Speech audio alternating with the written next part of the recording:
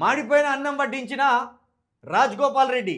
మహాత్మా జ్యోతి బాపూలే గురుకుల సందర్శన, వంట మనిషిపై ఆగ్రహం వ్యక్తం చేసిన ఎమ్మెల్యే. చివరకు మాడిన అన్నమే పెట్టిన వాయినం. ఇక ఏం చేస్తారు మరి, వండిందే పెడతారు. అక్కడ ఇక ఈమెకు ముక్కు దగ్గర పెట్టి మాడి వాసత్తాందమ్మ చూడు అని ఆమెకు ఇట్లా వాసన చూపెడతాడు. చూడు నువ్వు తిని చూడు అన్నట్టు కోపం చేస్తాడు. ఇక ఇప్పుడు లేడీకి లేచిందే పరుగు అన్నట్టు అందరు గురుకులాల బాట పట్టింది.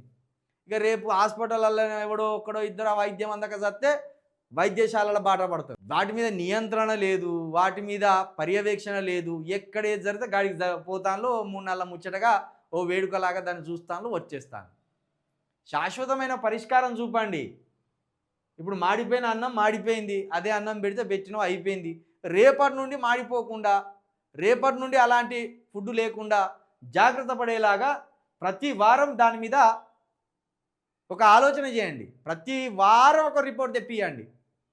ప్రతిరోజు దాని మీద ఒక పర్యవేక్షకుని ఉంచండి. అలసత్వం వహించకుండా పిల్లలకు నాణ్యమైన విద్యను అందించండి, నాణ్యమైన ఫుడ్ను అందించండి, నాణ్యమైన వైద్యాన్ని అందించండి. ఇప్పుడు ఈ ఒక్కరోజు ఆమె మీద చిరుబుర్రులాడితే వచ్చేది ఏమున్నది, కానీ మొత్తం నీ వ్యవస్థే అధ్వానంగా ఉండే, ఇక ఆమెదేం తప్పు ఉన్నది.